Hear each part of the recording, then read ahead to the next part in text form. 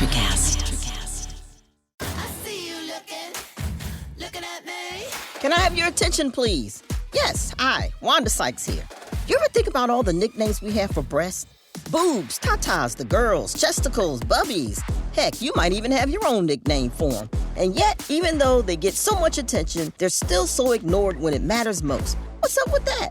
Well, on February 9th, tune in to see why I'm talking so much about breasts and visit yourattentionplease.com to learn more.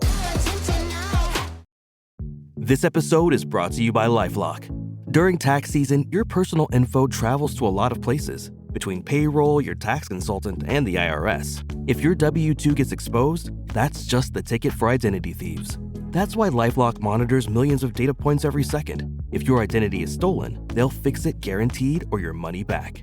Don't let identity thieves take you for a ride. Save up to 40% your first year. Visit LifeLock.com/podcast. Terms apply.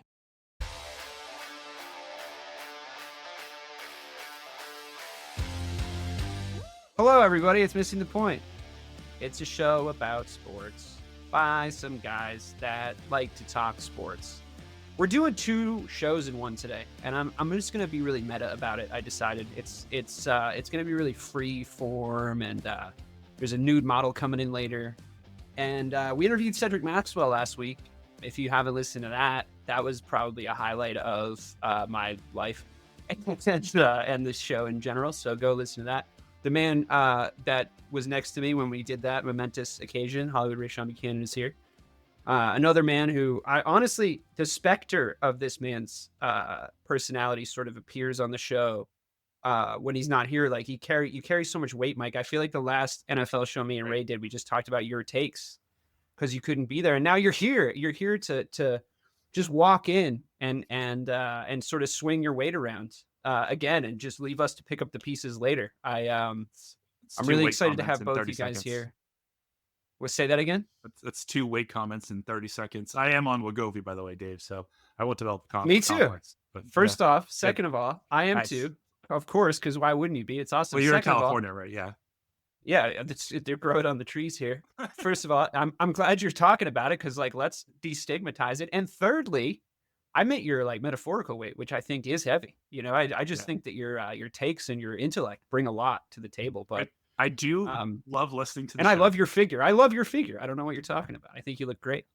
Thank you. But there's very few things that bring me as much joy as listening to a show that I could not make, and then just hearing myself get attacked the entire time. Really, because I thought I was trying to sit on the sort of devil's advocate side. You did great, but Ray just, whoever was with you, I don't know if it was Ray or Bobby, they just fought you as if they were fighting me. It was Ray, and I think that he would have done that if you were here, though.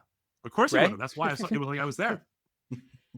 Well, I mean, thankfully, that's the situation we have on hand right now, gentlemen. I'm really excited to be here, and we're talking basketball first, which was your suggestion, Mike. So we're straight into the Lions den with this man. But I've seen you handle yourself well in the past, so let's see. Maybe it'll be all hugs and kisses, or maybe it'll be quite adversarial. Luka Doncic got traded for a fucking hill of beans. What do you guys think? What do you guys think of that? Is that a fair assessment? I personally, obviously, and we talked about this prior to coming on the show a little bit, don't think that was a very fair trade. Doesn't seem like the NBA community as a whole thinks it's a fair trade. Ray, you got any hot takes? You think this was a good trade for the Dallas Mavericks? So, I mean, I think in the immediate, yes, only because I feel like, obviously we know what slander at times we were giving Kyrie as Boston fans. But he's been a model citizen down there in Dallas. I think that he's motivated to be, what he's been down there, even more. I think he had 34 in their last game. I know they lost to Philly, which is wild, but he did come up with a 34-point performance. So I do think him and AD on the surface is a very good combination. At the same time, it's like, I don't know how LA continues to get away with it, unless I'll let Mike elaborate on that. Further, but it's just like, but like I said, just far from the Dallas standpoint, in the immediate, they win, because you got guys I feel like that would be motivated to play. You got the number one pick from 2011, the number one pick from 2012. So as long as they stay healthy, yeah, they can make a little run in the West. I don't know if they get back to the finals, but I can see them getting to a second round and at the best, a conference finals like they did last year. And that is really the issue at hand, though, isn't it, Mike? I mean, this is a team that, however unlikely it was, when we look back on that Dallas Mavericks finals run, how happy we were to see that it was them. If we're all really being honest, if we had been able to pick, it would have been them, and I think, waxed them accordingly.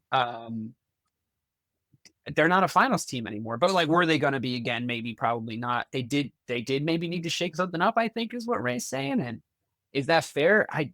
You don't shop it around to the rest of the league, Michael. You don't shop it around to the rest of the league, see what the best deal is. That's where I'm with Ray. How does LA continue to get away with this, Mike? Okay, so I do think that this was, yes, an unfair trade in favor of the Lakers. Yes. But I have a question before I expound upon my overall thoughts on it. Why did the NBA let this go through, but not let the CP3 trade go through all those years ago with Kobe? I know. Because Stern was like, fuck you guys. And now I just like him and Cole. Right. Like, this is just as unfair as that. Poof. This is pre-injury Chris. Man, that would have been. I mean, I don't. It was the happiest fucking day when it got banned for no reason. I didn't do any investigation into how fair it was, because we were such fans. I do think. I mean, obviously, Lamar Odom went away in the deal. Paul Gasol won the deal. So now, if their goal was eventually to get what they got the next year, was Dwight Howard, like, yeah, CP3, Kobe, and Dwight Howard. I mean, good night. Like, at that time would have been crazy. So yeah, I don't know. Maybe the owners didn't make a big enough fuss about it. I know at the time Dan Gilbert and some other smaller market teams, were upset about the deal even being spoken about. So yeah, maybe those that were in power this time around just said, hey, maybe we're in a different space, and once again they set the Lakers up, not just for the immediate but for the next 10 years. So. But in the short term, I do think that you're right. I think that this actually helps, or not helps, but Dallas is not going to have that big of a fall off, right? I do. Yeah, I think Luka, Luka's 25 years old, though. I mean, like, you're zooming out to like a 5-year window for that fall off. Like, maybe not this year. Sure, but maybe he doesn't put down the fork over the next 5 years and he's out of the league in 7. I don't know. That's the worst. But that's the worst part is you just know he's gonna get in shape in LA. Like, you just know he's gonna get in shape in LA. Like, he's gonna go down there, and like, LeBron James is like maybe the best personal trainer on earth, and he's like, all right, like, here's what we're gonna do. And I mean, honestly, like, would you be that surprised if they made a run now, like the two of them, LeBron and Luka? Yes. Would you? LeBron's 40 years old. He can't play defense with the used to, and Luka won't play defense. So. Yeah, but there was so many defensive liabilities that got them to a finals last year. Dallas. It's crazy. Like, it's like, is it good? My thing is, we keep asking, when is he going to slow down? The man just had a 3-point triple-double in New York City the other night. Like, I do agree, though. The way he plays defense. I'm tired of asking, when is it going to stop? No, I'm not. It's going to stop when he says, I'm done. I'm not attacking his ability to score, because I would say that's getting better. He's just not playing defense to the level that he was, I'd say, in peak. He can't. He physically can't. But for Dallas, you guys all saw like the sneaky move that they made yesterday too, when they got Caleb Martin from Philly. Philadelphia, yeah. Mm-hmm. So like, their starting 5 now when they're healthy is going to be Kyrie, Clay, AD, PJ Washington, Gafford, with Caleb coming off the bench. That's not a bad team. It's not, and it's well rounded. Now that the scoring's going to drop, they're going to be asking Kyrie and Clay to do more than maybe they can at this point in time, but who knows? But the Lakers, I think that's going to be an offensive show. I do think LeBron is going to get Luka in shape, of course, and if he can't, and the fact that Luka just lost out on $120 million in that max contract does not get him in shape, well, then it's that says all you can say about him. My last point is, just add this to the list of another future Hall of Famer that LeBron is teammates with that he can't win with. Yeah, that seems unfair. Unapplied context. There's a meme I'm sure you guys have seen. It's like, if Ray Allen misses that shot, the shot on the Heat that I'm talking about. Yeah. If he misses that shot, like, the amount of things that are different. And is if Kyrie bananas. misses that Like, shot, yeah, like Yeah. the big three on the Heat are 1 and 3. If that happens, Well, like not Duncan, not even Ray Allen. If Kawhi Leonard makes some free throws, the Ray Allen one doesn't even happen. yeah, another one I saw today was the missed games. Kyrie got missed games, played games today. That he was the next victim after Joel Embiid got that meme got hot around the league where it was like missed games, made games, and it was like, holy shit, dude, that dude's fucking stealing a living. And you look at Kawhi Leonard and you're like, Mm-hmm. did you freeze? what? Please tell you what. Oh, that was please tell me that you saw the meme that Brady was more likely to be in the Super Bowl than Joel Embiid was to play a game. Oh my god, That's hilarious. That's wild. Trust the fucking process. Yeah, I mean, it's happening. So Dude, what's his trade value right now? What do you give up for Joel Embiid right now? Well, he's not going to Utah. He's not going to Denver. He won't play those two places. You said the Can Denver? you get a star back? Can you get a star back from Oh, Joel no, Embiid right he's now? like- No, I said he won't go to those places. He does Oh, not I was play. about to He does say. not play. I'm like, what? I'm like him and shit. Whew. I mean, But where I can't think of a place like wherever he goes, he's upside down in his contract value wise. Like he can't give you the value that contract calls for. It's just not. I don't know where he could go where that would happen. Golden State, can he even fit there with that deal? No, not money. They always seem to be able to figure some shit out there though. Yeah, Don't you I mean, think? I Like they're think- always like, well, they'll pay the tax. They don't care. yeah. I mean, this team has already made a couple of trades, and we'll talk about them in a minute. But I mean, if you talk to Sacramento about getting Sabonis back in the deal for I thought Embiid, that was a good idea for us that Craig came up with for give up for Porzingis for Sabonis. He's Yeah, good. you That's know, fun. he is. I'm saying, but I mean, I'm thinking of this. Yeah, Sabonis maybe for Embiid. Ironically, you know, I don't know if I maybe- would give up Sabonis for Embiid. I guess they're doing a fire sale though, right? So it's like, Yeah, I mean, you might be able to see it, but you get rid of Fox, Herter. You know, would Philadelphia have to give up more assets for them to take that trade there, or they ask them to take on a contract? probably because I mean he's. Oh, Jesus! How the mighty have fallen. I mean, it sucks. I mean, Philly probably had the rookie of the year, and Jared McCain, like dude was hooping before he got hurt for the season. Yeah. So they have some pieces there. Quentin Grimes, I think they got back in the deal for Caleb Martin. Like Quentin Grimes, was a really good defender when he was in New York. I don't know what happened in Dallas, but I think if he can get back to that, like he is someone that can be a really good piece there. So, sneakily, that could be a good move for them in the future. But yeah, I mean, I'm a big Tyrese Maxey fan. I've been a big Tyrese Maxey fan. Love Maxey. So but yeah, I did have moments where I thought it was going to work out there. I would move on from Embiid if I could. I just don't know who would take him. All right, so Jimmy Butler wants to play with Durant and Phoenix. This is a mess too. So I don't know if we could make this work, but if you could get Bradley Beal to waive his no trade clause to go to Miami for Jimmy Butler, if you're Miami, would you go after Embiid too? Because they're going to be $58 million under the cap. But you can't. So Not if you're trying to win anything. Do you build that season?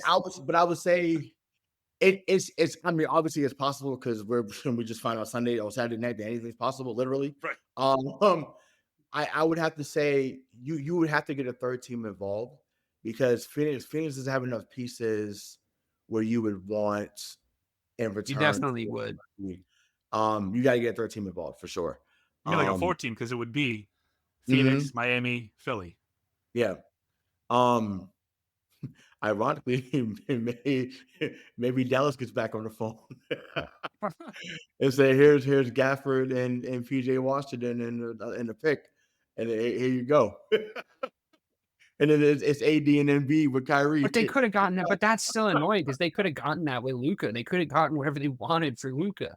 Like that's the most annoying part of the whole trade is like they could have had just taken a haul for him because they knew he was a fat fucking waste of space, but like nobody else was really saying that to themselves. Is it because they could have peddled that narrative afterwards if they got this big, brings us back to that idea. Like I do what you said, Mike, and what you seconded, Ray. Like I do agree with the idea that like it's not as if they just became like a charity team. Like it's not as if they just became a terrible starting five. Like Anthony Davis is older. 31 is old for a big man, but I do also agree that some of the discourse around that, especially on social media, is like a little overblown. Where it's like, okay, but like AD can still give it to you. Like obviously, just like watch him, like he can still give it to you from time to time. Like the 25 is Lakers, right. And yeah. so like, yeah, I mean he's closer to a late stage Kareem.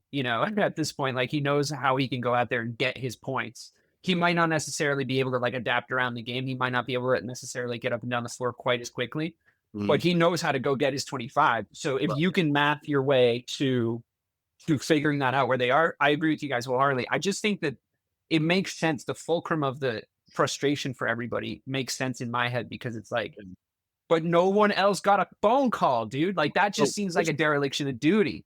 Yeah, and this, and you guys can tell me if it's far-fetched. Those that listen to this, you can tell me in the comments this is far-fetched. This is just something I thought about on the fly, and that's why we call it hypothetical, obviously.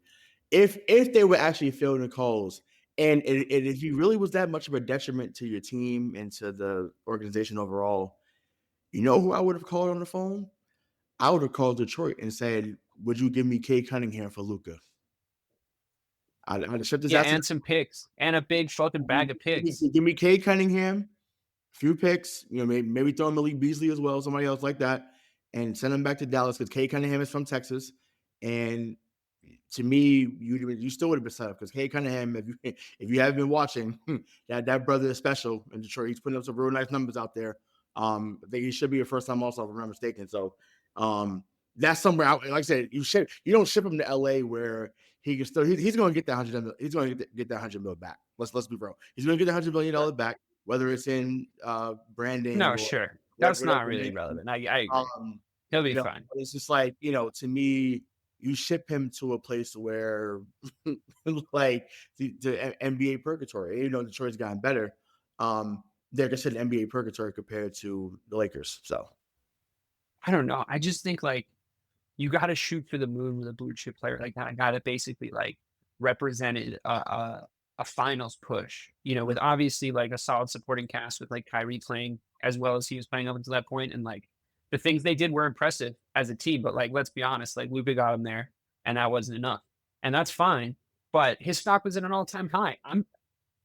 He might go there and win, but like OKC, I would be probably my first call. I'd be like SGA for Luka straight up. What do you think? And like you've then solved your problem where you think you have to move on from this guy for whatever reason, because I don't know what the reason is. And the speculation is what Mike said. I think predominantly that they were like, you're a fucking fat slob. You need to like. They said he got to professional athlete. He got to 275. DK, just to give you clarity, the Mavericks said that he got up to 275 pounds this year. And that's a problem, but they also gave him they also just gave him a chip on his shoulder and a reason to like get in really good shape and go kill them for the next like 7 years. But like, like Ray saying, like send him to fucking Los Angeles. Like, okay, cool. But I think OKC takes the phone call at the very least, right? I know that that's their guy, and I know it's like I know it's big, but I mean that Luka Doncic is ready to go now. And that would be seen as an equal trade though. Like people wouldn't have been like, oh my God, I can't believe they got fleeced. Like people were legit hot about this happening. And I agree, because I think they could have gone way more for him. Yeah, but once again, and it's been said around different platforms, but it's true. Like this is what the Lakers are the Yankees of the NBA, and whatever they can get to Tinseltown, they're gonna do that. So from Will Chamberlain to people were throwing Kobe in there. I'm like, Kobe was drafted. Yeah, yes, it was a draft day trade with Charlotte, but I'm like, he was drafted. Stop it. Like he's homegrown. Magic homegrown. James Worthy homegrown. Kareem, but yeah, not homegrown. Who? Kareem. No, Kareem wasn't homegrown. No, I was saying Wilt. Worthy. Wilt. Yeah, Kareem. Shaq. LeBron. Yeah, it's crazy. I mean, so now that's what they do. But they're not going to win. You just know it. You both do know it. They're not going to win the championship. The thing is, I do want to see if they do something else tomorrow. Like they do actually get a big man tomorrow. But no, if they get Embiid and he plays, I'm gonna be. No, that'd be insane. But other LeBron's just like, I'm gonna fix your bodies. Let's go. Other polls next year, and the year after that will want to come to LA. Luka will draw. He will draw people over there. That's going to happen. That's for sure. Yeah, I mean, LeBron still does, I would say, and also just the fact that they're the Los Angeles Lakers, as much as that tastes gross, like coming out of my mouth. It is true. But let's talk about something else. The Milwaukee Bucks finally moved on from Chris Middleton. I felt like the story of their attempts to win since they won, outside of like, why the fuck did you guys trade Drew Holiday? But thank you. Why did you go all in? With that whole narrative, we discussed ad nauseum, but I do think that there's something to be said for, we're just waiting on Middleton to be healthy in a playoff series, was a lot of what they were saying for a long time. And I think on our side, because we know we've seen the matchups, I think on our side, there was a lot of saying, I hope Chris Middleton's not fucking healthy for this Milwaukee series because he kills us on the wing and it sucks. Like, he does give it to us on the wing. Like, he's always just felt like 2 years their veteran, like just a little bit ahead of our guys, especially in like playoff situations. So, I mean, we all remember that the slog that was the Milwaukee Bucks 7-game series a few years ago, where it was just like, I felt tired and I didn't even play in the games, and I felt fucking tired leaving that series. And pour one out for Chris Middleton, I'd say, and honestly, pour one out for Joel Embiid. Like, you don't want to see these superstars, as much as these are our direct Eastern Conference rivals. You don't want to see these superstars like fucking not being able to play. I wanted to see them come up short on their own terms. That was what I was hoping for. I wanted to see Jason Tatum and Jaylen Brown to a certain extent, like the combination of the two. I wanted to see them surpass Joel Embiid and Giannis and all these guys. And it's like, Giannis thankfully healthy, but his Robin, God, could never really get there. So like, I mean, I know we kind of hate Embiid more collectively for whatever reason, but come on, pour one out for these guys. These guys are ballers, and I don't know. Are we ever going to see a fully healthy, important minute stretch for either of them ever again? It seems like their teams are starting to not think so. So go ahead, Mike. I mean, no, I think Milwaukee understood that. I mean, yeah, you should credit Middleton with really that championship that they won after COVID. Like that, if he's not on the team, they do not win that. They don't stomp the Suns. Right. But over the next couple of years, like if you want to keep Giannis there and build around him, and you think that he is the guy, which I think everyone believes that, you have to get younger and more athletic. And I think Kyle Kuzma is the next step in that. I don't know if he's as good as Chris Middleton at his peak, but I do think, I mean, he's only he's 29 years old. So he's definitely going to give you more valuable minutes right now. Yeah. And that's what you need. Like the last two postseasons, for the most part, Middleton's been absent. And if he wasn't, I think things, the series against us definitely goes a different way, in my opinion. No, for sure. No, absolutely. I think so. He was hurt most of the Indiana series last year. He was. We had a lot of fun with killing Doc on there. I think they ended up losing. We'll always do that. Yeah, they lost to Indiana. I mean, granted, truth be told, and people won't remember this because they ended up losing the series, but Middleton saved them from getting swept last year, actually, because Damian Lillard got hurt, Giannis was out, and then Middleton came back and went crazy in Game 4, and he helped them win Game 5 to get him back to Indiana, where they ended up losing the 6. But he had a bunch of great playoff moments. And it's like like I said, he's been a Celtic killer, as we just alluded to. So Washington should do him a solid and buy him out. Like, there's no way he should be there to be the veteran mentor there. Once again, Malcolm Brogdon seems to be a guy that's okay with that. That's why when I think about it now, I'm not sure we would have won with him being the sixth man. Because if you're comfortable with just being in the league and just being a mentor because you get minutes to play, like, then what are we doing? Like, I need someone in the team that has a desire to win and to kick someone's ass every single night. To interrupt you, but it's not often we get to do this, but it looks like there is some breaking news that we can talk about. Right. So the Miami Heat are finalizing a deal to send Jimmy Butler to the Golden State Warriors for Andrew Wiggins, Dennis Schroeder, Kyle Anderson in a protected first-round pick. Okay. And Jimmy Butler has agreed to a new 2-year, $120 million contract extension. Wow. So that's okay. happening. Okay, so all right, forget what I was just saying. And that hold on, actually, that is per Shams, the guy that broke the Luka deal. right, So yeah, like it's real. Yes, yeah. Okay, so actually, let's keep it with Middleton. If he gets bought out, I'd be on the first flight to San Francisco. And now you're a 6-man over there. Watch out. I would if do that. if he can play. No, I'm saying put me in the 6-man row. I don't need you to start it no more. Give me 20 minutes off the bench and give me 15 a night. I'm here for that. He can absolutely do that in the limited role. Yeah, I mean they had to make that move. And it's funny because he was telling teams, meaning Jimmy, that he wasn't going to sign an extension as soon as he got I heard traded. that too. Yeah. But yeah, okay, they gave him his money. Wow, $60 million a year, which is really 30 over there where you're at. But maybe even 25 million, honestly. But so yeah, well, I mean, weather like this doesn't come for free, my Warriors. friend.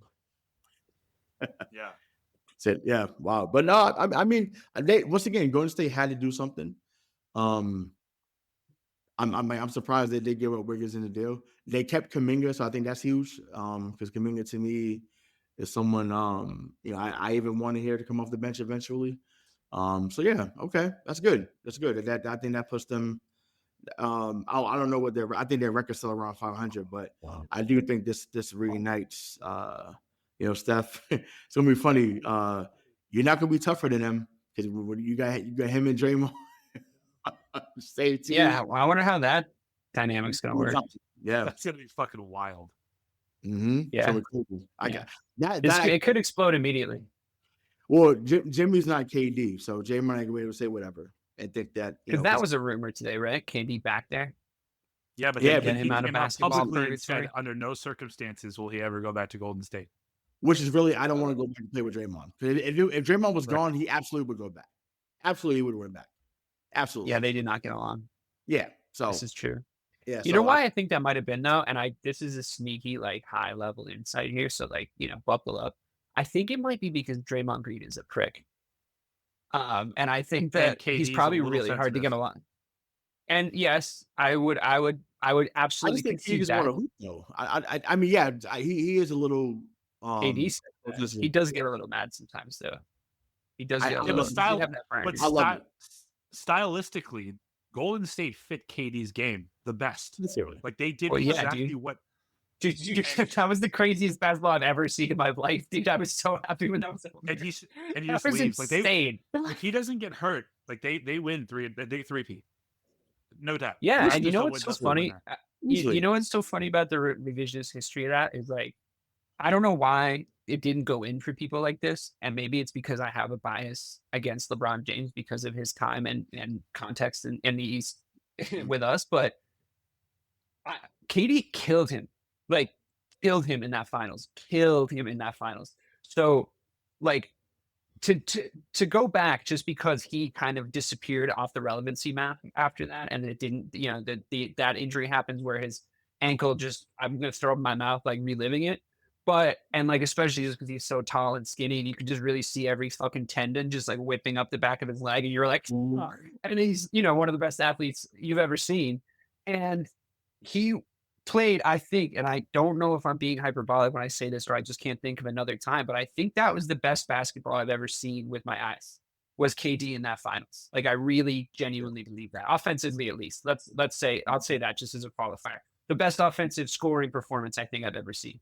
And when he was just breaking LeBron James's ankles and shooting and just giving him the AI and or just going to the basket whenever he wanted, passing whoever he wanted, and then the supporting cast was bananas.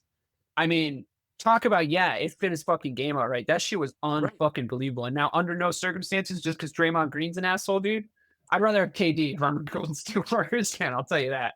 Jesus, I know Draymond's done a lot for the Golden State. I mean, as much as I troll him, a motivated Jimmy Butler is a hell of a player, right? When he wants to, I think I look at him like a boss we defeated already, so I just don't know if there's anywhere he can go. Him doing everything that Steph and Draymond don't want to do right now, it's going to be huge because he's another playmaker because he passes the ball really well. He's still a capable defender. And you know you're going to get 15 to 20 from him. You know, so also I think high IQ basketball. For being really honest, like Jimmy Butler does play pretty high IQ basketball, like most of the time. Yeah. Which has kind of been the calling card for the Golden State Warriors. It's fun. I mean, we are talking about it here in real time. We are parsing it out in real time. So, you know, yeah, looking at it, I mean, it's fun. And if Bobby was here, I think it passes the uniform check. You know, when you picture him in the uniform, like when McCaffrey got traded to the San Francisco 49ers, and there is some merit to what Bobby says about this. And I think if you do picture Jimmy, I've probably seen it in like a Photoshop Instagram post or something. But if you do think of Jimmy in the Golden State Warriors uniform, I do think it kind of works. Let's see. I mean, they're right at 500, so it's really gonna, like, you know, you're gonna be able to see really directly, like in very data driven ways, like how Jimmy Butler impacts this team, because they're kind of starting from zero. What would be your prediction for the rest of their season, guys? If you think to yourself, what does the Jimmy Butler Golden State Warriors tandem look like? So they're what? They're 50 or they're 49 games in. They're 25, 24. They're just one game over 500.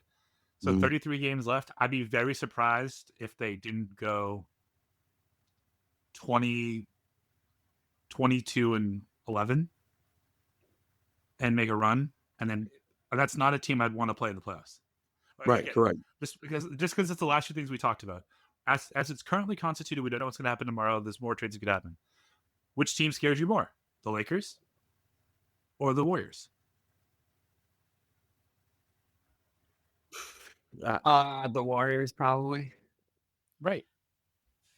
Yeah, probably the Warriors. I'm on the fence on that, only because, like I said, and maybe because it's PTSD for what Bron's done to us in the past. Like, I just know he can whenever he wants to, and we've seen it. I mean, granted, if you're not facing Denver, he has a chance against you.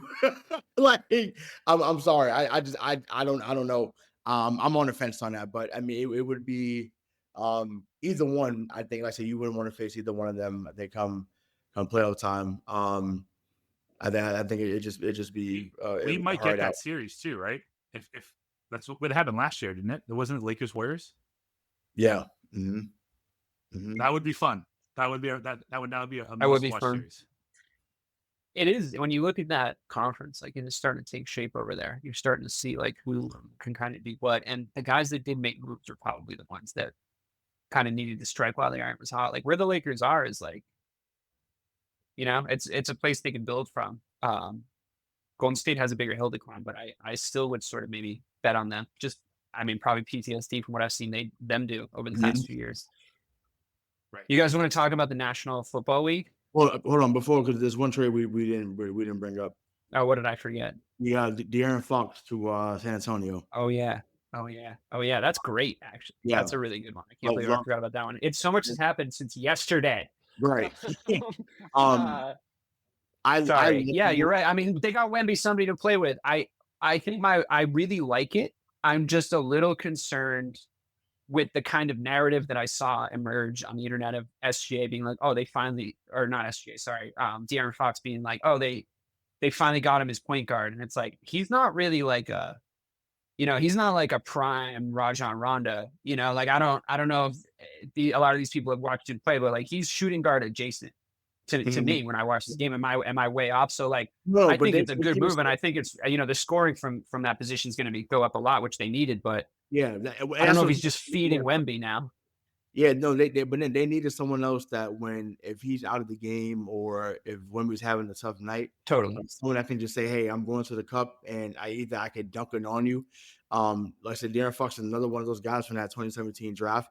One day we will look back at that draft the same way we looked at 2003, because you got Fox, Mitchell, Tatum, Bam. Who else is in that? As long as you don't look at one, you're fine. Yeah, right. Well, I mean, but even for him to have the bounce back, he ended up having after the injuries, after that, like he obviously everyone has their dark though. You say falls to the dark? Yeah, that's fair. That's fair. And then Lonzo had injuries too, so I mean, Lonzo, we looked at him a little differently, but I liked Lonzo's game though, especially once he left the Lakers. Like, I was like very pro. He was probably in my top 5 like target acquisitions, which would have not worked out, all things considered. But I really liked his game. Healthier would have, but he just didn't stay healthy. But no, I really did like it though. Like, once he left LA and I was able to look at him clearly, I was like, oh, you know what? There's a shitload to like about how he plays basketball, and like it's kind of difficult, or it's kind of a bummer to think like how his career worked out, because he could have been like the 2A guy on a really fun team, like a really fun Mavericks team or a really fun Spurs team or something like that. I could have really pictured that, and it didn't work out that way. And I do think you look back and people are so reactive. Like people were basically just mad at his dad for talking so much, but like I don't know. Now that I look back at it and I don't really have to hear from that guy anymore, I'm kind of like, well, he was just like sticking up for his kids, just leaving his kids. It's fine. I mean, but like who cares? and once again, they all have done something. Yeah. It may have been not the conventional route, but it happened. But just far, I want to speak from the Spurs perspective, because I know that the Kings have been all over the place, but so they're fighting Mike Brown. But once again, you get Fox. I really like Stephon Castle from UConn, who should be Rookie of the Year. He is Derek White 2.0, but he's a little more athletic. That kid could hoop, and if he's up for a contract in a few years, because Derek White and the rest of them guys are getting older, you should absolutely look at Stephon Castle to be the lead guard here in Boston, to play with Tatum and Brown. I'm telling you, look out for him. I'm like, I was right on the Derek White thing. We have the tape, but I'm telling you that Stephon Castle is in that, he's in that mode, and he'd be a perfect fit here if San Antonio don't re-sign him. You heard it here first, folks. You heard it here first. Ray's made a prediction. I'm excited to see how that Spurs team works out now, to be honest with you. I really think Wemby's a fucking freak. I'm glad we got to chat about Wemby to Cedric Maxwell. And I just yeah. That was a pretty timing pretty well timed clip. Oh, so good. So good. Where do you think, what stage in their development are they, Mike? The San Antonio Spurs now with this addition? Are they there? Are they almost there? Are they a couple pieces away? Are they a couple years away? Probably just, they're probably 2 more pieces away, like 1 more starting piece, right? Because is there 4? Is that Harrison Barnes? Yeah. Am I right? Mm-hmm. Okay, so I don't know if he's the best. I think you need more scoring. I think, and also Wemby needs to put on another 15 pounds of muscle this offseason. If he does that, I don't know. He's playing so good. It's a lot, though. It's a lot. 15 is a lot. He's 7'3", 234 pounds. That's pretty skinny for this. I don't know. He needs to be 250. 15 is a lot, though. That's a lot for his game. That's a lot. I don't need him to be Shaq. I don't need 320 walking around here. But he's. So can he be honest? Can he be honest? Can he be honest with the jump shot? Better. Yeah. No, I'm saying Giannis with a jump shot. That's what. Yeah. Yeah. If he can do that, then and absolutely. that. But if you can defend at 3 levels like that, like if you can get to a point where you can just basically match up on absolutely anybody, that from one level, his recovery is unreal. It's insane. It's really insane. That's what I'm saying. It must feel crazy to play against him. It's crazy. Yeah. Whatever he's doing, it's working, because I haven't seen anything like it. You said it. I think you said it last year, Dave. You were spot on. He was like, look, we better be thankful he's out West, because if we don't get one now, we ain't gonna get one, but we got one. Dude, I'm fucking. I did say that. I'm fucking scared of that guy. He's like a big giant alien coming to fucking kill us. Like, this is our Godzilla. We need to get ours right now, and then we need to get the fuck out of the way. I really genuinely believe that, which is fine. Mm-hmm. It's completely fucking fine. But man, that's a big scary monster coming down the hill, and he's a lot of fun to watch. And I think we all, anyone who likes ball just likes the San Antonio Spurs. I think that the Greg Popovich Spurs were often the defenders of our freedom and beating up on teams that we hated or disliked, and we were really cheering for the San Antonio Spurs as our Western Conference heroes a lot. I think Popovich is one of, if not the best head coach in the history of basketball. I think he's cool as shit. And I really hope that that franchise bounces back. I think that they deserve it as an overall entity. And good on him for staying, because we've seen other championship coaches bounce when their team is under a rebuild.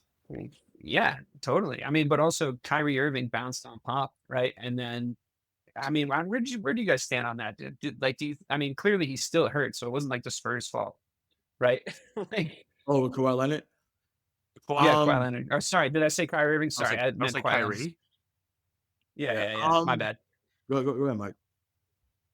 No, I mean, I just think I don't know why he left, but he's never been the same. I mean, he's literally how many seasons, like full seasons, has he missed since leaving San Antonio? Well, close to 3. He did win a chip though. I mean, so it's you kind of have to But balance the two things. okay, He was right and he was wrong. Yeah, but we did just say that was because KD got hurt. We just said that. Yeah, but I mean, you won. I mean, you won, but it's just like Sure. But my thing is, basketball wise, and we talked about this when we started the show. But I can't believe it's been 5 years as well. About to be 5 years. Happy anniversary. Right. We said that he should have stayed in Toronto. Basketball wise, it made sense. He should have stayed in Toronto because with him, Lowry, Siakam, Boucher, they had it. They had those guys ready to go. Despite the fun rants about Toronto on here, that's. I mean, the thing is, I didn't even say that. I was on the opposite camp. I was like, if I was quiet, I would have fucking left that clown show too. Like he dragged them to the finals. Proof is in the pudding. Mm-hmm. They look like shit after he left. Like, I mean, to me, I thought he was elevating a lot of those players. And honestly, when I still see those, I don't know what it was about that team that just like rubbed me the wrong way. But I see a lot of those players now that have like left that. What? But you got to think they had been knocking on the door out east for a while. Like they got to a couple. It was annoying. You're tiny. Don't do that. Just be quiet over there. Like it was fucking Fred VanVleet. I don't want to hear you knocking my door, Fred VanVleet. Get out of here. I don't want to talk about him. Mm-hmm. I mean, it took balls from Masai Ujiri to trade DeMar DeRozan, and that's the thing. So, so I don't know. Made it happen. I didn't want to play into the narrative, but Mike just texted me that I hated that Bobby loved them. I did probably in the end, but you were in like your era first where you hated anything that Bobby and I really said that was that was against the Celtics. If we were just on your promoting Celtics propaganda in 2020, you hated us. I feel like that's revisionist history. I feel like that's revisionist history.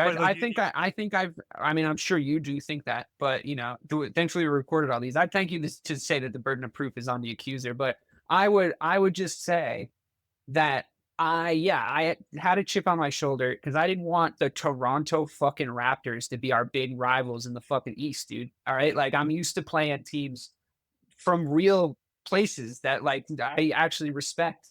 I want to be battling the fucking Miami Heat. I want to be battling. I mean, I'm even a little resentful of the Milwaukee Bucks, at least they had some eras, but the Philadelphia 76ers, like, let's get it, baby. Like, I want to see that red, white, and blue out on the court against our lovely Celtic green. And like, when it was the Raptors, I was like, can you just have like one fun player? I like that era when you guys just had like one really fun player that I like to watch, but you never bothered me, and then now it's like, no, we're building up like, and then all that shit. Oh, they're so scrappy. Like, look the way they put this starting five together, all these kind of island and misfit toys, they're all unwanted. And it's like, no, Kawhi Leonard is a fucking problem. And if you put a bunch of fucking idiots around him, he'll make them look really good. And like, he was on a mission. So that turned out to be, fucking tell him what they want, Johnny. True. Because he left and they didn't do dick ever again. You just stopped hearing from them. So again, the proof is in the pudding. As far as my intentions go, I don't know. You're casting me in a very villainous role there, Mike Marcangelo. I don't know. I feel I've historically felt nothing but affection for you guys in my memory. Nothing but affection. I could not have done a better job than your rant did. So thank you for that. Yeah. A lot of fun. I enjoyed it. I will admit it was a much more conflict-driven era for the podcast. And you know what? This is what happens. You grow. You learn, change. I mean, even our Kevin Durant argument that ended in, well, we both just wanted him, and we just both came to the same conclusion. Well, we both wanted him here. We're hurt. Our feelings were hurt that he wasn't here. I remember so clearly the morning I woke up and I heard that he went to Golden State, and I was like devastated. Like I really had convinced myself he was coming to Boston, and it was going to be so much fun because he was so much fun. Because of Kelly Olynyk and David Ortiz. Oh my God, Kelly Olynyk! What a time! Oh my God, what a time, man. We were also coming off the back of building out rosters around Tatum and Brown that just like we're never really going to get the job done. But there was no point in like paying all those guys yet because Tatum and Brown were in their first few years, which obviously we don't Like, we don't really think about that, but then because we're like, go get Kyrie Irving, fucking yes, let's go. Like, Al Horford's coming, like, we're doing this. But as fans, but I think that they kind of did it right, especially recovering from Kyrie the way they did. But there was just a lot of teams that we would build where I was looking at the players and I would be like, you are not good enough to be on the Celtics, my friend. Like, you are just not good enough to be here. And so when we would get into rivalries with teams like the Toronto Raptors, I'd be like, ugh, dude, no. For the love of God, like let's not accept this as our level because we haven't won since 08. I mean, before that, it was a long drought too. So I was just worried that our DNA as a franchise was changing, you know? Yeah, it was for a while. But they found a way to figure it out. So, I mean, what do you guys think is going to happen now that they're going to sell the team? Though I mean, I'm generally happy with these owners. Well, I don't want that to happen. We're gonna find out everything that we need to. I think this trade deadline, because if they push Drew and move him for nothing, really just to avoid paying the taxes, like they just say what $18 million. Yeah, but I don't know a lot. Once again, outside of the money thing, actually, Craig put it into our heads earlier, but it's just like, what? There's no logical move I could think of that you move Drew Holiday right now. Once again, if it's the offseason, say they spiral and they lose in the second round. Okay, that, and you say, okay, we lost, we start lightning in the bottle. Money wise, we can't keep this team. Let's break it up. Cool, fine. I will still be mad, sure, but that's more understandable. But to do it in February, and because other teams are panicking, trying to catch up to what you're doing, it's not that you're trying to catch up to them. They're trying to catch up to you. There's no need to move Drew Holiday. And I want to be clear to Celtics fans out there that are clamoring for that. You wasn't screaming that in Game 3 when he got that steal on Aaron Nemhard. Okay. You wasn't screaming that even the other day. Let me stop you. It's like, come on. Let me stop you. Let me stop you for 1 second. I feel strongly that I have been the number one Drew Holiday fan in this particular zip code of the podcast area. His drop off this year has upset me, and he is not as good, and he has not been playing as well. So, and okay, I wouldn't say I'm clamoring to trade him, but I'm not saying they're making this shit up. So I think two things are true. I think that what you said is spot on. Yes, there's been some regression in the regular season. He even had some moments last year where he took a dip and feels like, what is going on? Why did we get him? To me, I never viewed him as someone that was going to be dominant in the regular season. He strictly was a playoff move. Remember when me and you came on the show after he got dealt here? It was me and you, and I said, he's the Dennis Johnson, and that's what he became. I'm totally good with that. I'm happy to land right there with you. That's the only way that it keeps me sane. Because if I don't have that lens, then yeah, I am going to be mad and I'm going to be pissed off that he's not doing what he needs to do. But he's strictly a guy that's okay. When we get to the postseason, I know he's going to make the right play 9 out of 10 times, and I can live with that. But right, just to be clear, the context of DK's question was what happens with the Celtics with these new owners, and what we saw earlier today is that they're shipping off. It's not a major piece, but they're literally trading people to get under the tax, because the Celtics thought they were going to be sold in December, and here we are in February, and no one's bought them yet.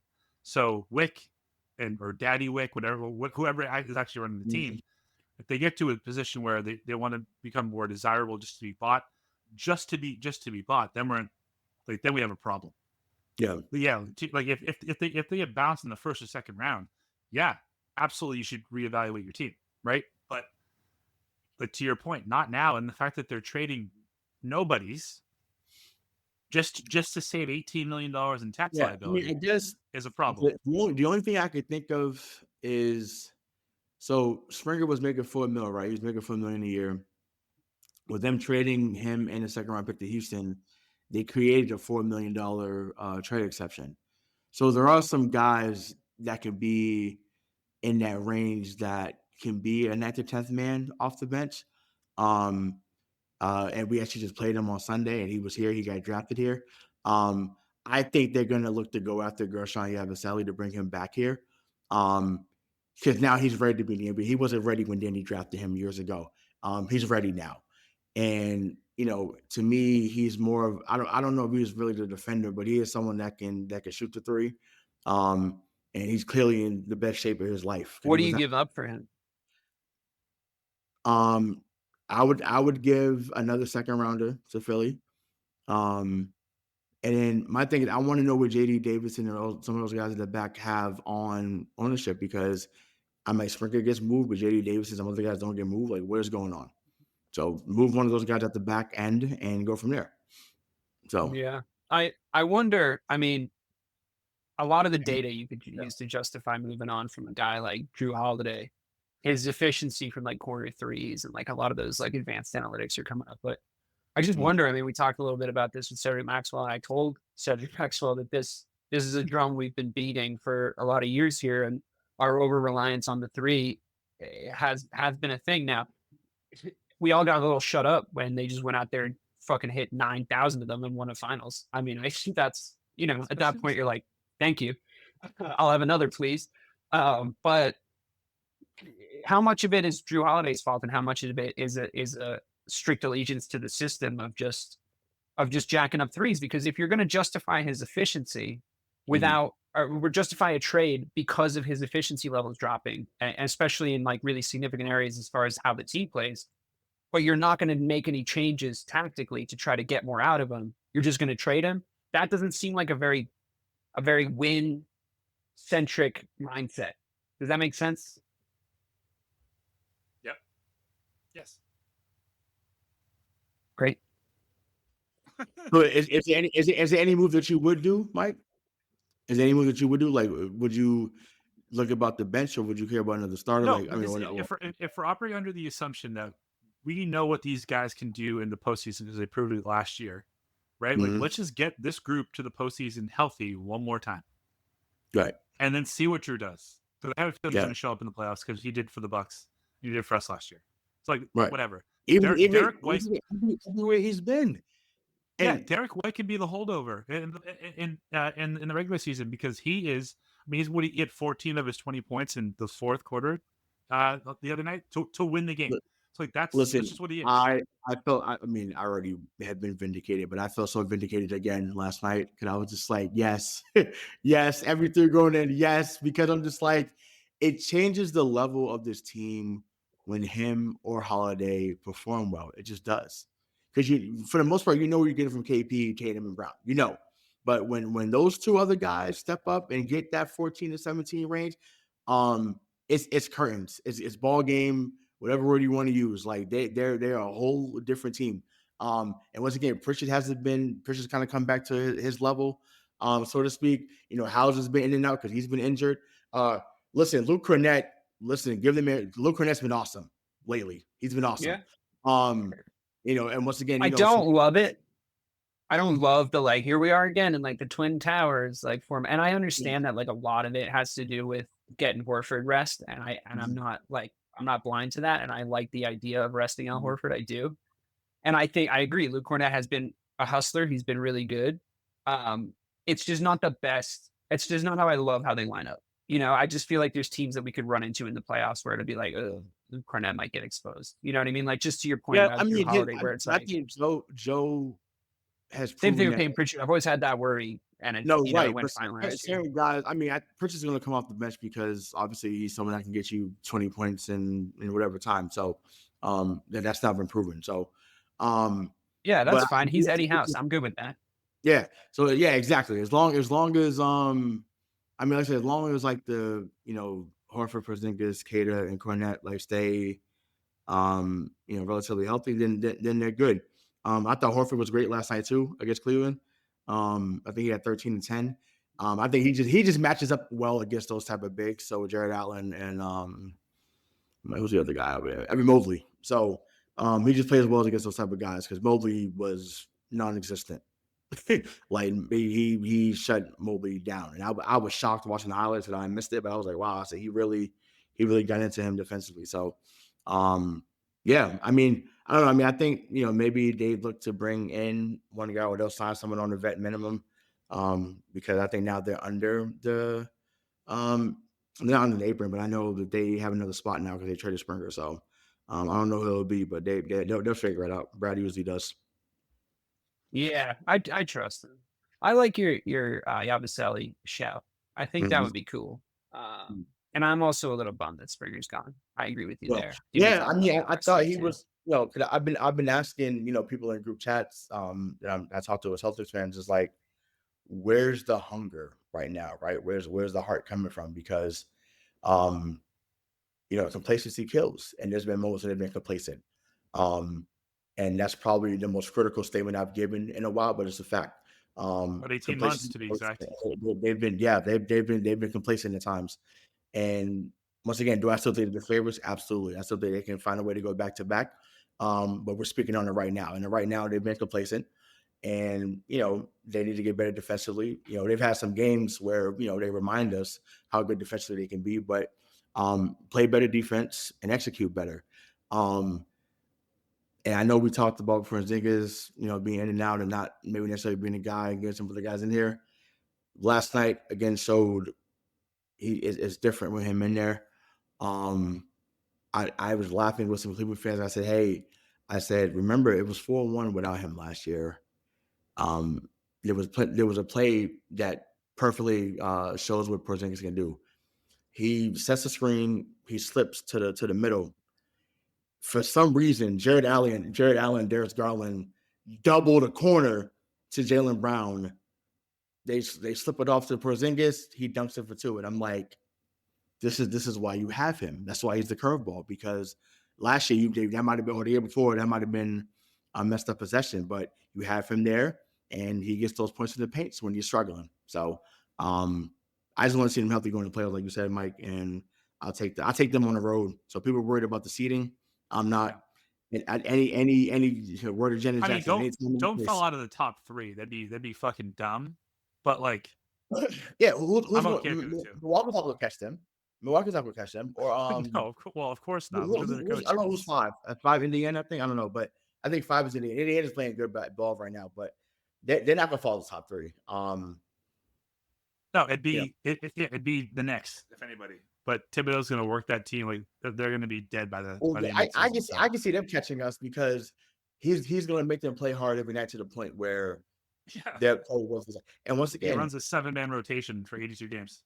He's the new D'Antoni in that regard. If you need, once again, if I just need 1 or 2 games on a road. I said it on any interview we've done recently. I've said it on just regular shows we've done. I trust them on the road.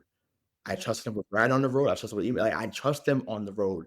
They will come into your building and steal your heart. They've done it plenty of times. So I have no issue about that. I just, for some reason, I don't know why they reverted back to sucking at home again. They were phenomenal at home last year, regular season and playoffs. But I don't know what's going on. But once again, on the road, they are road warriors, road dogs, whatever word you want to use, and they figure it out. So I'm cool come playoff time. Torrey Craig got waived by the Bulls. Wing help, buyout market, cheap. Yeah. I mean, that's once again, I don't know what he makes, but yeah, that's someone that can be an help too. Like I said, I just think Danny will give us Walker Kessler. Danny wants too much. He wants like a million first. It's like, bro, like, what are we doing? You're not Sam Presti. What are we doing? Yeah, I mean, he did build a pretty good Celtics team with that attitude. I mean, Utah got some players like Keontae George. Obviously, Laurie Markkanen is really good. I want Kessler. Give him. Yeah, I mean, I like Kessler too, but like Master Tony was like, he's not a scorer. I'm like, we don't need another scorer. We need someone. I mean, we do. We need a scorer from the wing position, not a scorer from the big man, but we need someone that's going to get another 5 to 10 rebounds a game that could get Tatum and Brown the ball more. Period. Agreed. Let's talk about the NFL. The other 3-letter. I tried to do it half an hour ago. We fired off another 30 minutes on the NBA, which was good. It was all good content. Craig, let me switch brain gears here for a second. Would you guys make of that AFC NFC championship weekend? Kind of saw the old Washington Commanders, Philadelphia Eagles thing coming, unfortunately. I think you probably had a hunch yourself, Mike, as much as you didn't want it to happen. I didn't want it to happen. I bet on the Commanders, so I mean that's what yeah. Well, just goes to show. And then, of course, nobody that likes their money bet against the Chiefs, even though we thought maybe if it was ever going to happen, this would be it. That maybe this is Josh's year. A lot to be said about that 4th and 1 play. I think that thing's been talked about, but where do you stand on it? I mean, are we NFL's rigged, Chiefs, blah blah blah blah blah, No, or are we like, come on guys, you gotta beat the guy to be the guy?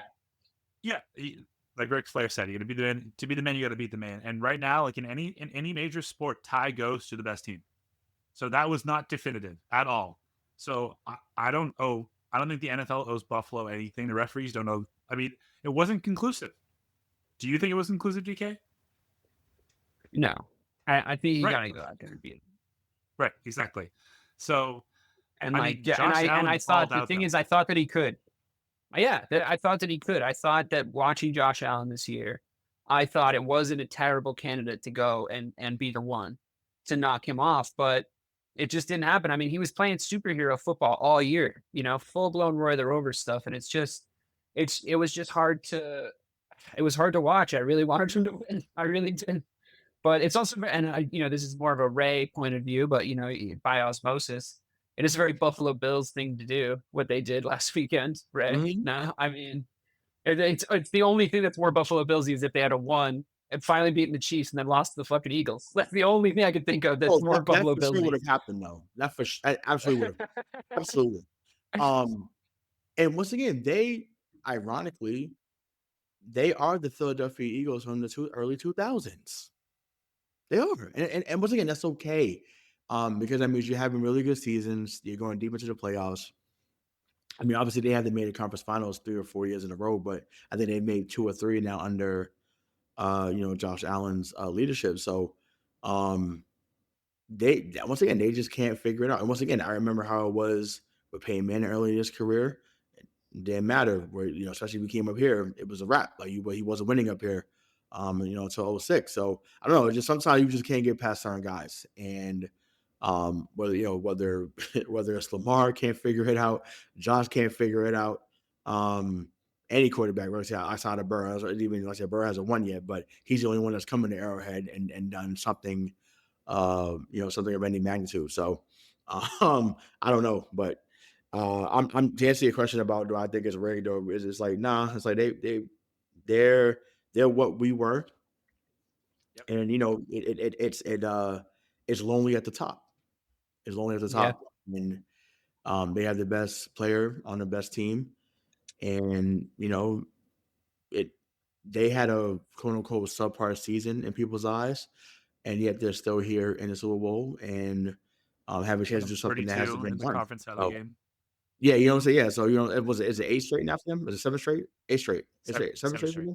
7 straight. So okay, it'll be 8 next year. But yeah, like you know what I'm saying? So it's wild to see what they've done. But like I say, it's I don't now my only thing is I don't want them to get 3-peated. We'll talk about that, but it's just like other than that, they've been awesome and they're good for football. So it is what it is.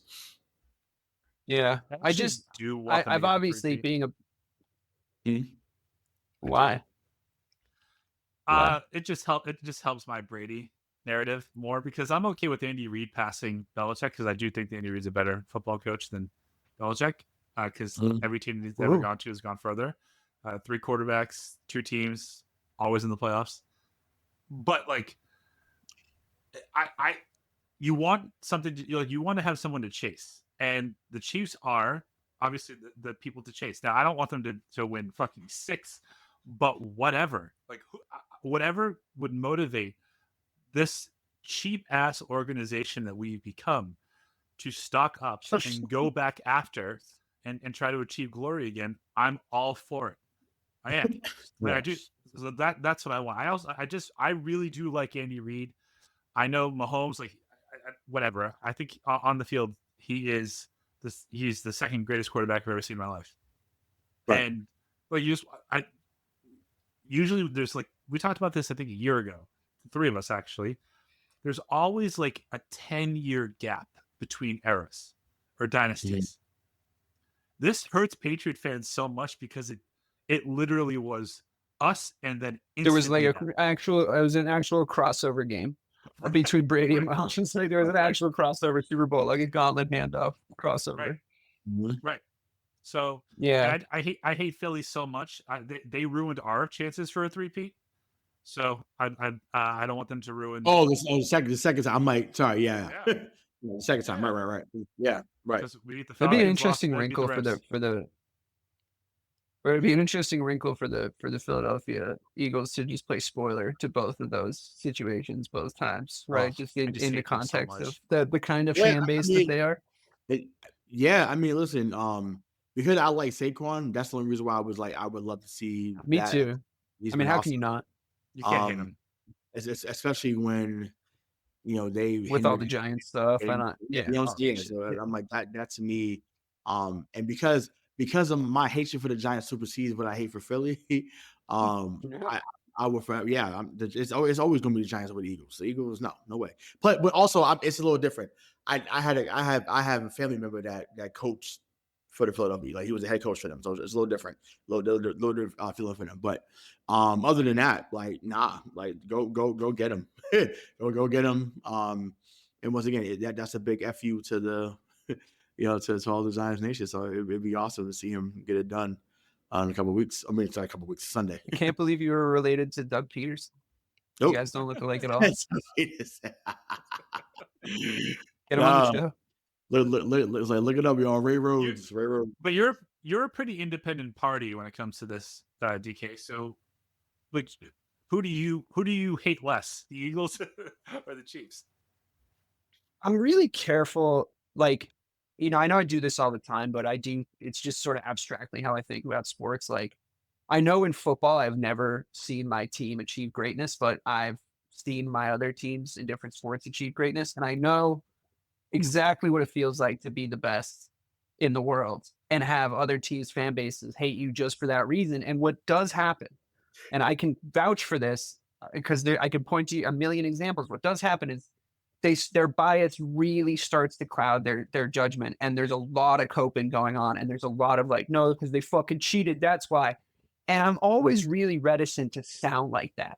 I really just don't ever want to be the guy that's like shitting on the Pats for taping practices, and because my attitude on it is like, why didn't you fucking do that? Like, did you just not think of it? Are you stupid? Like, when I see teams that are just always trying to get an edge and always trying to win, and then it works, I think that's cool. So it's hard for me to like hate a team just for them being good. Now, that being said, not really for your guys' benefit, maybe just to protect my youth, I really don't want to have the conversation about Patrick Mahomes comparable to being comparable to Tom Brady. You don't need to. Unless they're the three-peat, because I just think the dumbest of us are the ones going like, yeah, you can talk about it now. Like, he's about to surpass him. And it's like, about to, like, that doesn't do anything for me. It's really hard to win Super Bowls. I mean, it's supposed to be.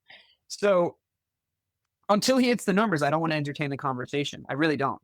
I just think 7 is such an unachievable goal still, no matter what happens on Sunday. I really do. And I'm worried that if Mahomes three-peats, people are going to want to shoehorn Patrick Mahomes into the GOAT debate early before he's earned it. And I don't want to have that conversation. That's my honest to God main concern about Sunday. And we've said this before. To me, that happened after they beat San Francisco. And it was ridiculous then. Sure, but I'm saying but because people have been looking for so long to anoint someone above Brady. Not that long though. 2 fucking years. 2 years. No, I'm saying, but like people. Okay, I'll put it like this. This is why I had an issue with those that anointed Mahomes or anybody else that would be on that level. People really didn't consider Brady to go until he beat Atlanta and he passed Montana. Now it's in 2017, right? That's absolutely true. I feel the same way, and I think that's correct. Right. So you know what I'm saying? So I'm like, so you're telling me he had to wait all the way to year 15, yes. 16? But no, which is, I mean, fine, whatever you want to put it that way, cool. But I'm like, he had to wait that long, but yet this guy gets 1 or 2, and you're already saying that this fucker has to wait too. That's my whole point. Yeah, I'm like, that's insane to me. So now, if he gets to 8 and you want to say, okay, fine, whatever, like, or he gets to 6, all right, like, you put him in that category, but it's just like to not have more, because once again, all of you Jordan fans that get on LeBron, that's the same argument y'all make. So how can y'all say that Mahomes has already surpassed Brady when it's the same argument that y'all gave LeBron and Jordan. I don't understand it. No. The argument is different, Ray, because in this case, Brady beat Mahomes twice to win 2 Super Bowls. Jordan never got to slap LeBron around, which you would have done. So like but I'm saying 1.5 to me. It's 1.5. Let's be fair. What do you mean? 1.5. Just in context, you have to put it in context of where they were in their careers. I mean, it's like, I understand Tom Brady was a million years old, but he was still playing at a very high level. You know, Tom Brady. It's like Patrick Mahomes had Andy Reid still had he was young. I get that, but he had Tyreek Hill, Travis Kelce, Kareem Hunt. No, totally. When he was a baby, he was the fucking baby. He was a baby. But, I just think I'm not putting myself in a position to argue for Patrick Mahomes. I'm just saying like. But I think your argument holds up without having to use that one, to be honest. Because you inserted yourself with that argument, DK. But then Brady won Mahomes won as well. So. And then next year, Brady slapped him again. So was he still young? That one for sure. I think you got to use. I think your argument just holds water so much already. You don't really need to pull that stuff out yet. I think you're going into the well like way too early. How about put some respect on Joe Montana's name? Why are we just skipping over him? He's about to be in the conversation with Joe Montana. That's the conversation that people should be having right now. Because if he wins on Sunday, then he's in the conversation with Joe Montana, right? But you like exactly what Ray said. You put him through the scrutiny. You have to put Mahomes through the scrutiny that Brady went through, which is literally compare him to Joe Montana. Then you can compare him to Brady. Like you still have to beat the same bosses, dude. Like it doesn't. You don't just get to skip it. So first you got to be better than the last guy that was the best. Then you get to be better than this dude, right? And Brady had to go through all those hoops as well. I'm just saying because the thing is, I don't even want to be having this fucking conversation, first of all. But you don't have to pull every arrow out of your quiver yet. Is it like we shouldn't even be entertaining this at this point? Even if he wins on Sunday, we shouldn't even be entertaining this at this point. The only thing to be saying is just you got to come talk to you when you get 7. That's it. Yeah. That's it. And then you compare inside the context of the 7, because then, so say we go 4 years into the future, he's got 7, right? Then you can start to say, okay, yeah, I know. Well, I'm just going by the math. The math maths because the rate, we go 4 years into the future, he's got 7. Then you start looking at how they got their 7, right? Then you can start having those conversations. Then you can start looking at who beat who. Then you can start looking at comebacks. Giant comebacks against Atlanta. Then you can start all that stuff. Then people can on the other side can bring out, okay, but if Pete Carroll just runs the fucking ball with the best running back in the NFL on 4th and 1, this is the time period where we don't have to be having these conversations. Hold on, time out. Because I know this is not where you meant to go with this, but you brought it up, so now I got to say something about that, right? Sweet baby Jesus. Seattle was up 10. We get mad. No, I know. That's for when the guy deserves to be in conversation. They was up 10, and they lost the game. Atlanta was up 25. They lost the game. I just want to add context. We want to add context. Let's put the whole thing in there. These teams were up by a big amount. I'm trying to protect your team's legacy. I'm trying actively to protect your team and your guys' legacy by telling you don't have to engage with those people. Not yet. You don't have to defend yourself. Not yet. You don't have to defend Tom Brady or the Patriots. Only Giants fans can say something to us. No other fan base can say anything to us. Correct. Period. Because once again, Philly didn't beat us both times. They got us once. Okay, great. But I don't know. The Steelers have the same amount of Super Bowls as you. Yeah, but when it's mattered, they haven't beat us. That's just true. Period. So that's I was trying to go there, but it mattered 6 times, and they won 6 times. Like you. Yeah, sure. Here comes the Steelers fandom. I just disagree with what he said. Plenty of teams can say things. Factual. The 6 is factual. 6 and 6. Yeah. Racy to 7 would be my mentality with those guys. I'm team Brady has 7, but he has to leave. That might ding you. That might ding the Pats. You have to get out of there when the 7th one. Because Belichick was like, "Can you do it with this guy I found outside?" Throw it to him. I think he might be fast. He just went mad scientist by the end. So what the fuck was Brady supposed to do? Pretty much the same. I respect it. I was there, guys. I watched all of it. Arm in arm with my brothers that were all Patriots fans in that era. and I hated fucking listening to you guys. I hated it. It was miserable when I was there. And then I moved to LA and I got a little distance and I was like, you know what? Great team. I love that I witnessed greatness. And because I didn't have to hear from you guys for a lot of the last half of it, 10 years, it made it a lot easier to respect them. Made it a lot easier to respect them as a dynasty. So that was nice. No, I mean, honestly, I think it is what's going to happen. I think if Mahomes wins on Sunday, it's going to be like him versus Brady. That's going to be the whole narrative that gets pushed. I think it's lazy. I think it's stupid. And I just don't think we're there yet. If we get there, I'll say it. You know, I'm not trying to just be a hater, but like, it's literally arithmetic. It's just counting to 7. It's not that hard. It's like doing it 7 times is fucking bananas, guys. It's crazy. Like, it's fucking insane that he did that. Like, and if I see that twice in my lifetime, I'll eat my own dick. How about that? Half of his career, the man was in the Super Bowl. I know, it's bananas. Half of his career. Like, the 8 straight title games. Like, what are you talking? And I'm sorry, I hate Mahomes is going to 7 straight title games in his first 7 fucking years. Yeah, I mean, which is also fucking crazy. That's crazy. It's crazy. Bears could have drafted him. Isn't that crazy? They fucking traded up for Trubisky. What's funny, but Buffalo could have too.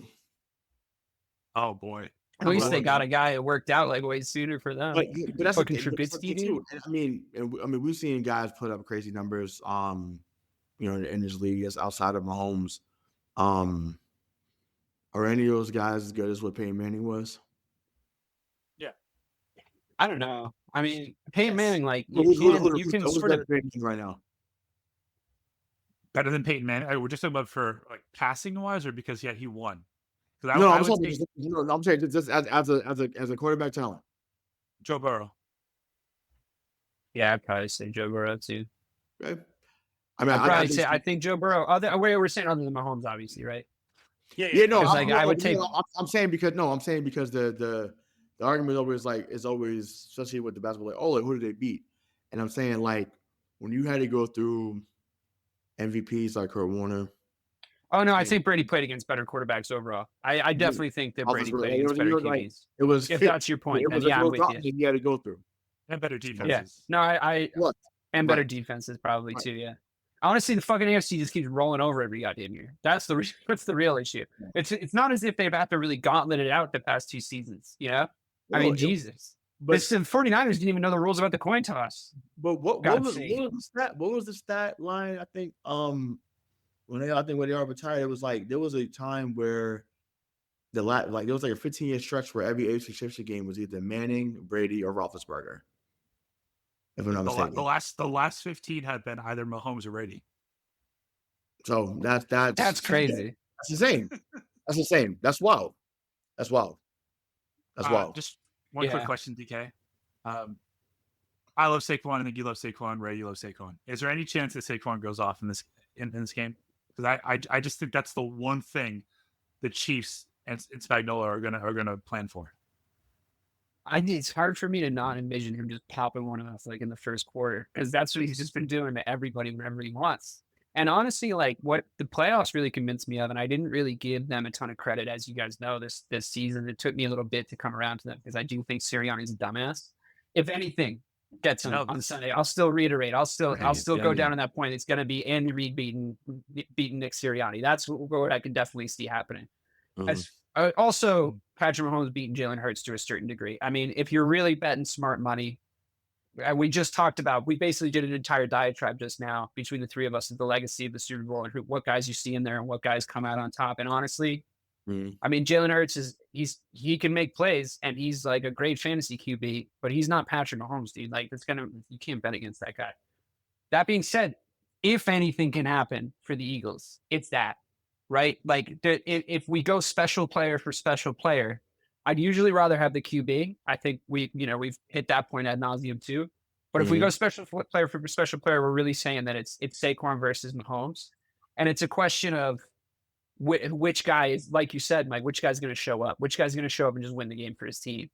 If it's neither guy and they both get game planned for somehow, I don't see Mahomes getting game planned for. But if they do, then the Chiefs will win. Yeah, because Andy Reid will I think lose. So yeah, remember that joke I told you that my boy told me? He's the black Alex Smith. Jalen Hurts.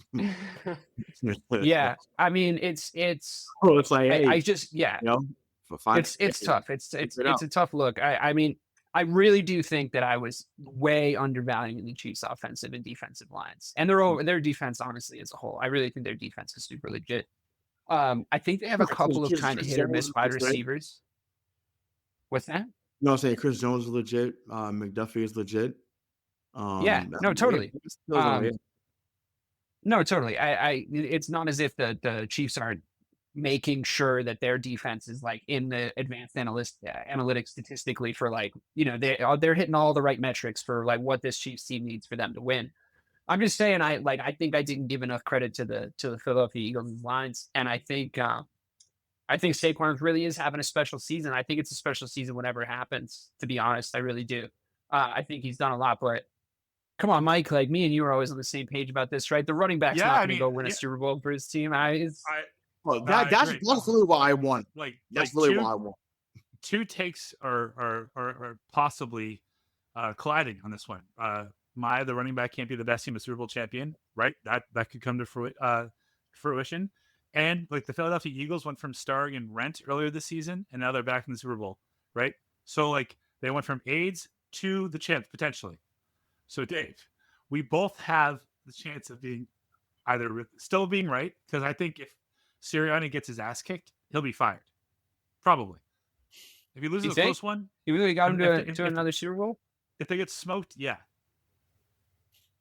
But are you saying in the offseason, if he gets fired, does he become like, if you're like, you got him to, these are all the metrics that you like in a head coach that you think are defensible. He hits all your markers. Would you fire him? I wouldn't have fired Jim Caldwell, but the Lions did. So, yeah, I'd probably fire Sirianni. He's an asshole.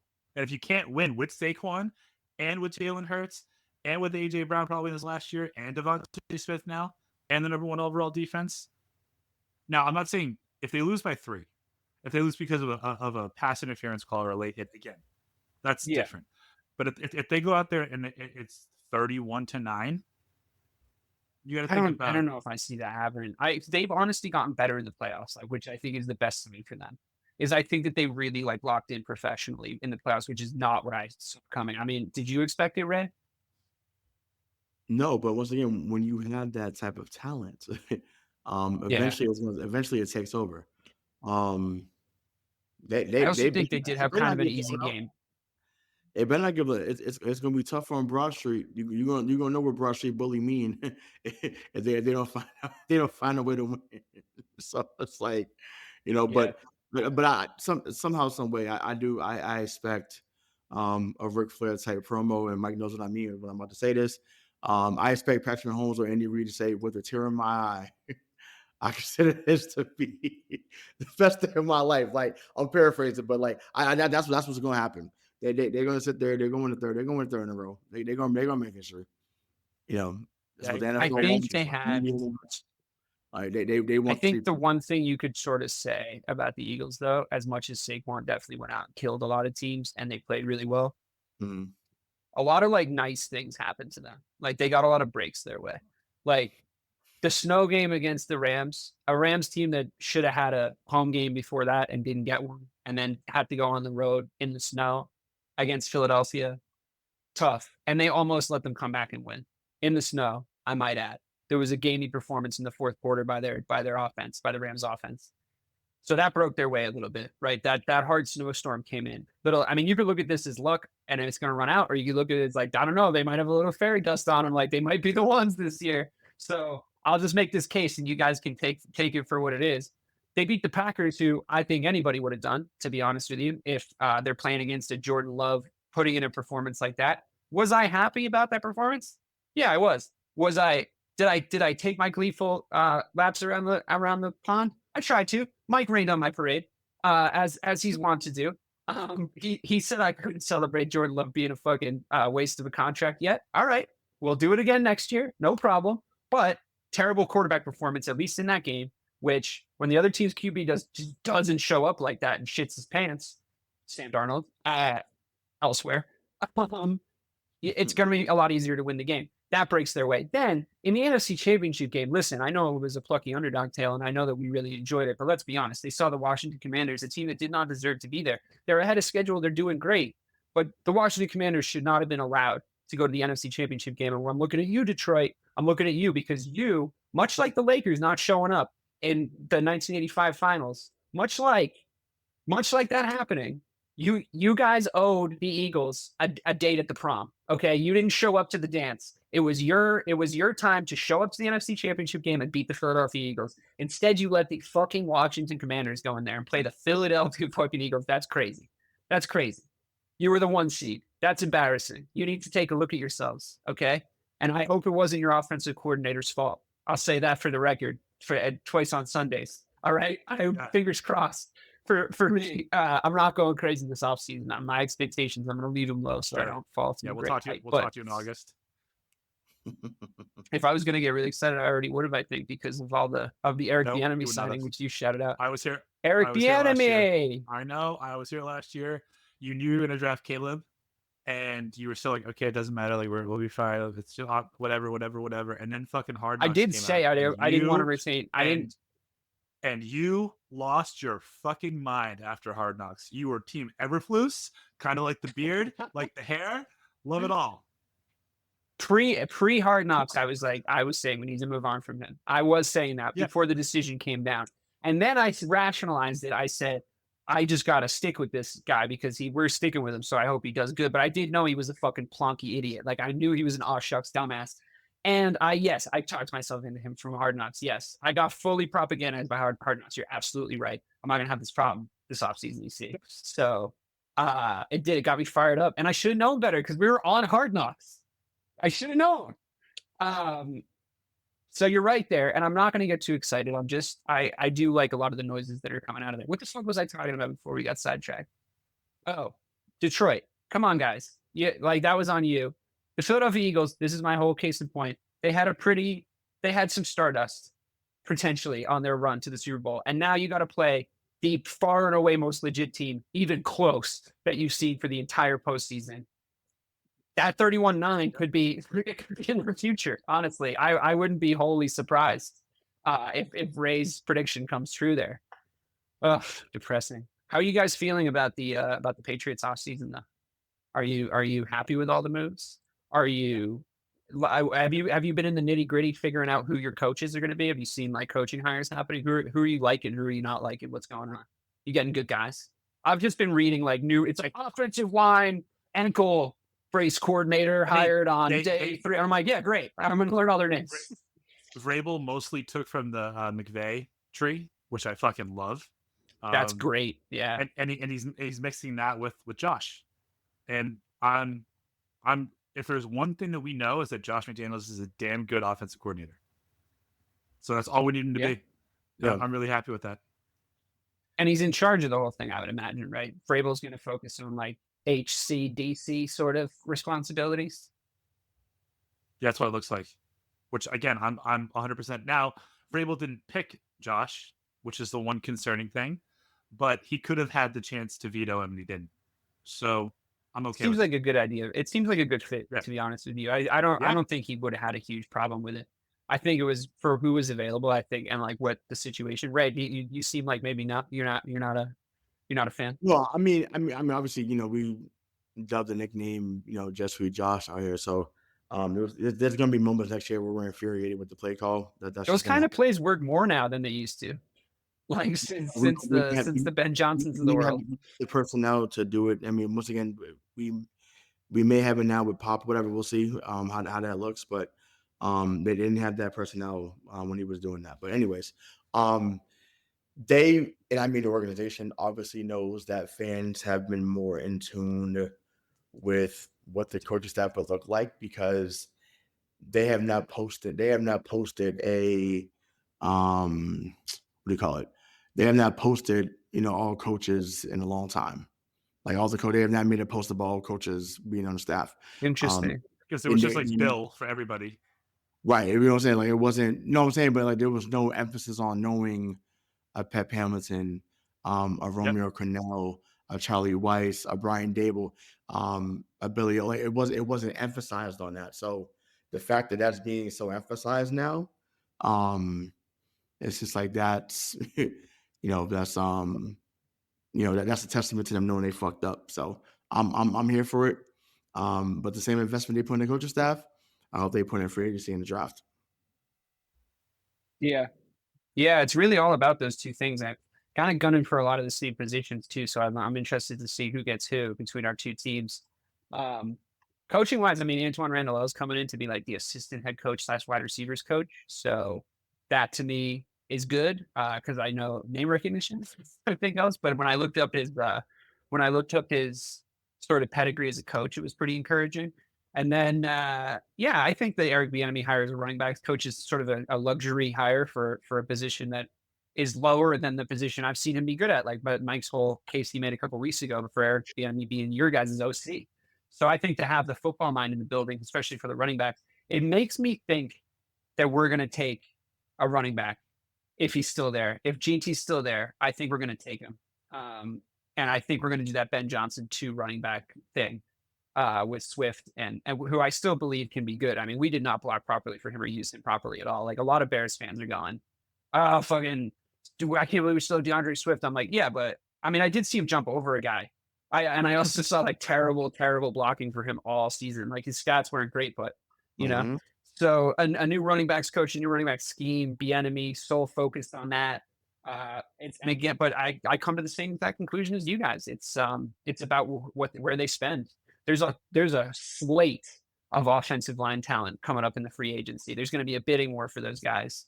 And I can't think of two teams that need them more than mine and yours to get good quickly. You know what I mean? Like if both of us add an offensive and defensive line, we have a lot of the other stuff, or we go to the draft for that stuff. So I'm always a proponent of veteran players on the lines because I think it takes time to learn in there, and you can be a freak athlete in like more so on the defensive side of the ball and make plays. I'd rather maybe draft a rookie defensive line guy. I don't know why that makes sense in my head, but I think that interior guards and tackles take time to develop. And I'd like to see a line protecting my valuable asset now. But yeah, I mean, we'll see how it goes, fellas. We're going to watch the Super Bowl. We'll react to the Super Bowl. Then I'm sure over the course of the off season, we'll talk about the moves that we're making. Free agency deadlines will come up. Negotiating will start to happen. Players will be talking. Then, of course, we'll have the draft. So we'll have that to react to. But just for regular listeners of the show, we are going to start to probably predominantly feature the National Basketball Association, much as we did in this episode, because they're gearing up. You know, it's coming to the real time, and we're coming down the line into crunch time there. This is when it gets really fun. But we'll touch on a few different varieties of sports topics and general topics. Please do take care of yourselves and each other. This has been Missing the Point.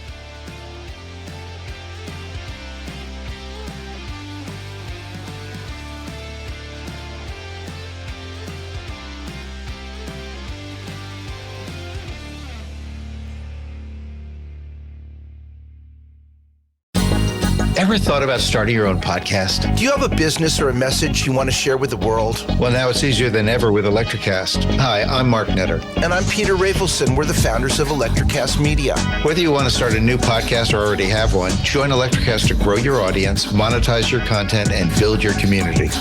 With our simple sign-up, you get free promotion, world-class analytics, premium ads, and personal support. Go to electricast.com and join our community today. Electricast. Transform your influence. Electricast. Hey guys, it's Miriam Love here, and I want to share something very special with you. Check out my new release, All In, the Spanish remixes, out now on Electricast Records. And always remember, be love, share love, all love.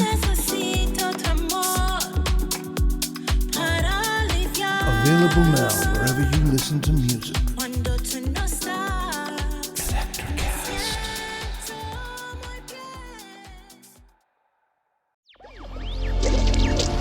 Electricast.